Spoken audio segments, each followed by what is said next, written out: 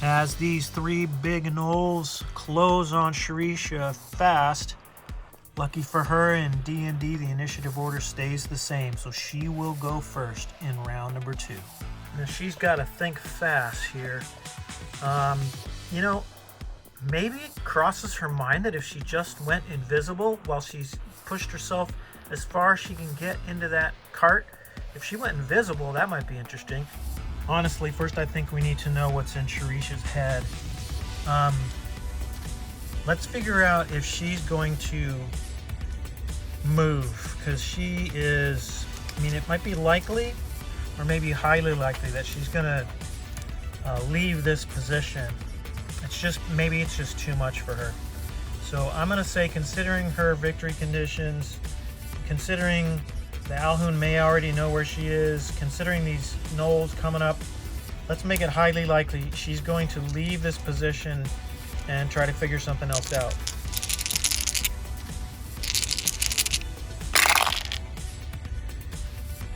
Okay, so good thing I rolled the maybe killer, because we have a maybe from the tie here, but it is an odd, which means she is not going to leave this position. All right, Shreesha's going to stay put.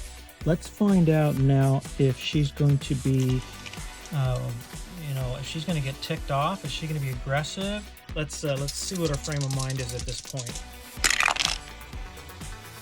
She is not going to be more aggressive, so she's not going to use, say, fireball or anything at this moment anyway. All right, Shreesha, well, the dice have definitely not been your friend here. Let's have her just cast invisibility and get in that cart and be as still and as quiet as possible when these things come up. We'll take a second level spell slot away here and hope for the best. And there we go, we have a seemingly empty cart. It will be the bad guy's turn now. Usually the DM would decide who goes first, and I'm sure any DM would say that these gnolls are going to go first. They're easily within range, all of them, of making it to the cart. Oops, our cart fell over here. So this guy, come around here. Maybe this guy would stop here. Maybe this guy would come around here as well. Something like that. So they will take their move. Now, let's ask, what is the likelihood of them? I mean, they look in there, they don't see anything in there. So there's a couple things. There is sense of smell, which really isn't a game mechanic, I don't think. I'll look at the gnoll stat block. The other thing is, does this guy right here possibly, you know, stick a weapon in there and poke around? This is the one that she really doesn't want them to do. The question will be, does this gnoll right here stick anything into that cart? Because if he does, or if it does, you're going to be able to feel her there. So let's see what happens. Hold your breath. Yes, he does. Oh gosh. Okay, so I went and looked back at the original positions where these guys started. One guy was here, one guy was about here, and this guy was about there. So he has only moved partial. He moved about 3 inches, maybe, max, to get to there. This guy here started over here, and if he took a direct route here, 4 inches to about there, and then 5 and 6. So he could actually be here. But this guy here is going to have to be considered to have dashed, because he started here. 6 would bring him about there. He cannot attack. This guy will give him a free action for poking in the cart. He moved. He can attack. And this guy can continue his movement and hop over. He's got enough left to hop over here. And he can also attack. Alright, so this gnoll right here is going to make a spear attack. It's a little better for him than the bite attack. And that's going to be a +4 to hit. And then Shreesha has a armor class of 12. That's going to miss. So she's not exactly easy to hit being invisible in there. So he kind of felt around, thought she was there. Maybe she moved a little bit and he missed on that one. And now this guy is going to take a swing. Well, actually a stab. Let's see what happens here with this guy on the left. He does hit. Hold on 1 second though. These are disadvantaged attacks because she's invisible. He rolled and missed, so that's not going to matter. This guy has to roll another die and see what happens with the disadvantage. Yeah, he's going to miss as well.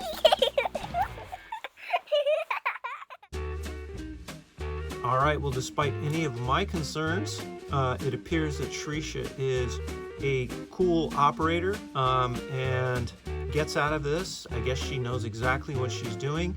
We'll move on to the Alhoon next. The Alhoon knows something is here.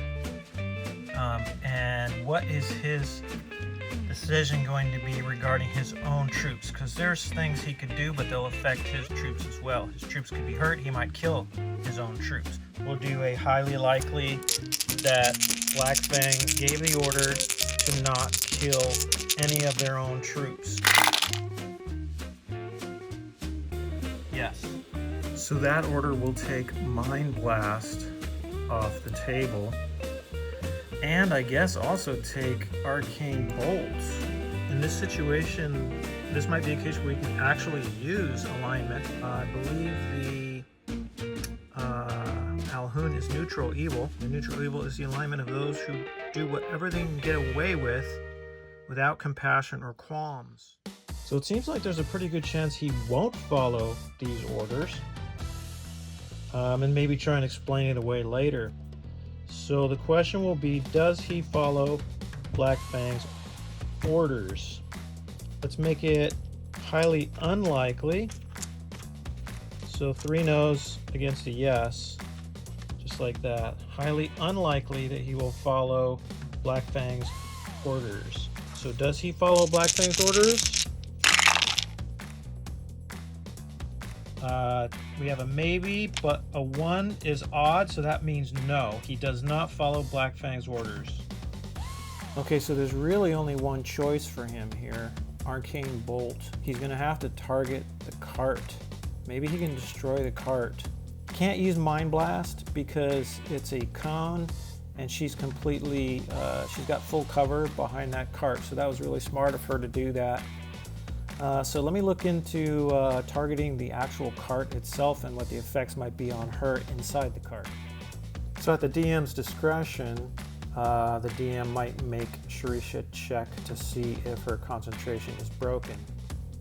Okay, we'll use improvised damage here and say that if the Alhoon does not destroy the cart outright, but damages it to some extent, we'll let her do a dex save.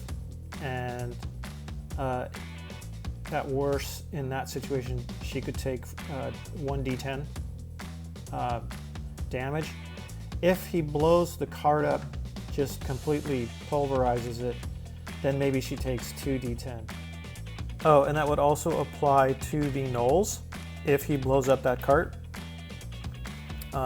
they will have to roll for damage as well. So this is how I'm going to roll with this. I do not claim to be a D&D expert, but I think this will work for me for right now. All right, so the Alhoon is going to target the cart. I'm going to give the cart an AC of 10. The Arcane Bolt has a +8. So as long as he doesn't roll a 1, I guess he'll be okay. But I do have to give some chance that something will go haywire here. But it's a pretty easy shot for him to hit the cart itself. I'll give the cart 30 hit points with a damage threshold of 15. So that means that if the 8d6 that he rolls do not add to at least 15, it will be superficial damage. So let's see what happens. He's going to roll now against the cart to hit. Okay, he hits the cart, and he will do 8d6 damage. Let me get my dice together. And here we go. 8d6 force damage coming against the cart.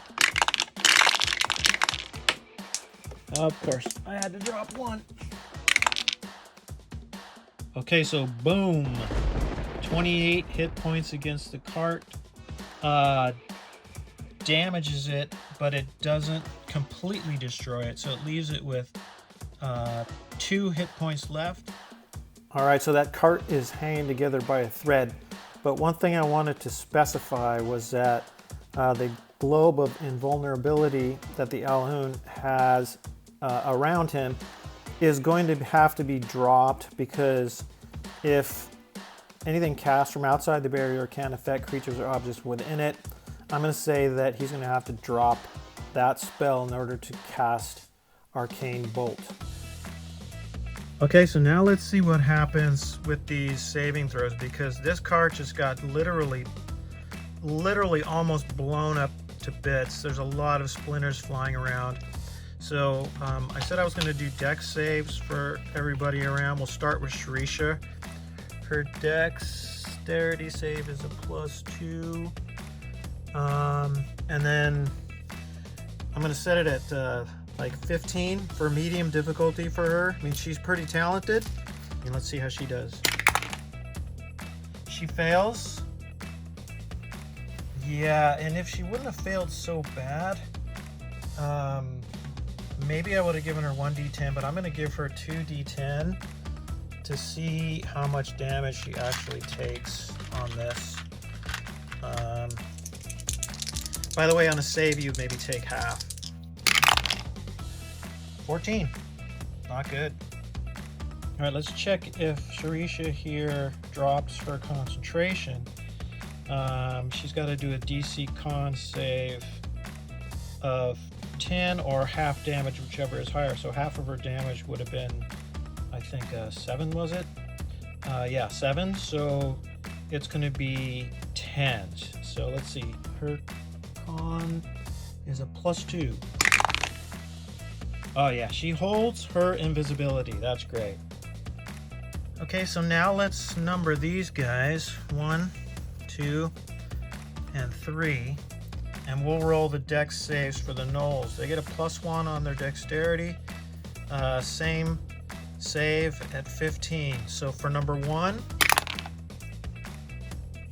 he fails. For number 2, he checks. Somehow he must have seen it coming and ducked out of the way.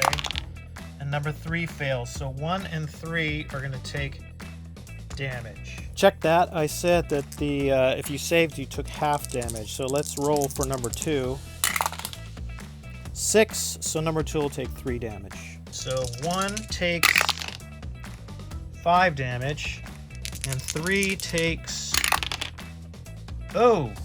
That's a 6 and a 9. Okay. So there you have it. All right, so we'll replace these markers and use their damage, remaining damage, as their ID markers as well. So number 3 has 7 HP left, and 2 19 and 1 17. Okay, here's where things get really bad potentially. Now, the Alhoon has multi-attack, so in theory, it could do Arcane Bolt a second time. But the question is, how much of that cart is remaining for Shreesha to hide behind? Because if she can't hide behind any more of the cart, then the Alhoon will be able to see her, even if she's invisible, because he has true sight. There's only 2 hit points left, so there's not much left of the cart. So let's roll and see. It's probably highly unlikely that Shreesha will have anything to hide behind. So we'll do 3. So no, 3 no, 1 yes. Does Shreesha have anything behind that cart to hide behind anymore? Yes, she does. Just enough. Now we have to rely on the fate dice again to figure out what the Alhoon is going to do. The cart's blown up. He can't really see her. He doesn't see anything, so that's kind of perplexing for him. Does he fire at the cart again because there is some structure remaining. I think it's probably likely that he will, we'll do likely, that he will target the cart again.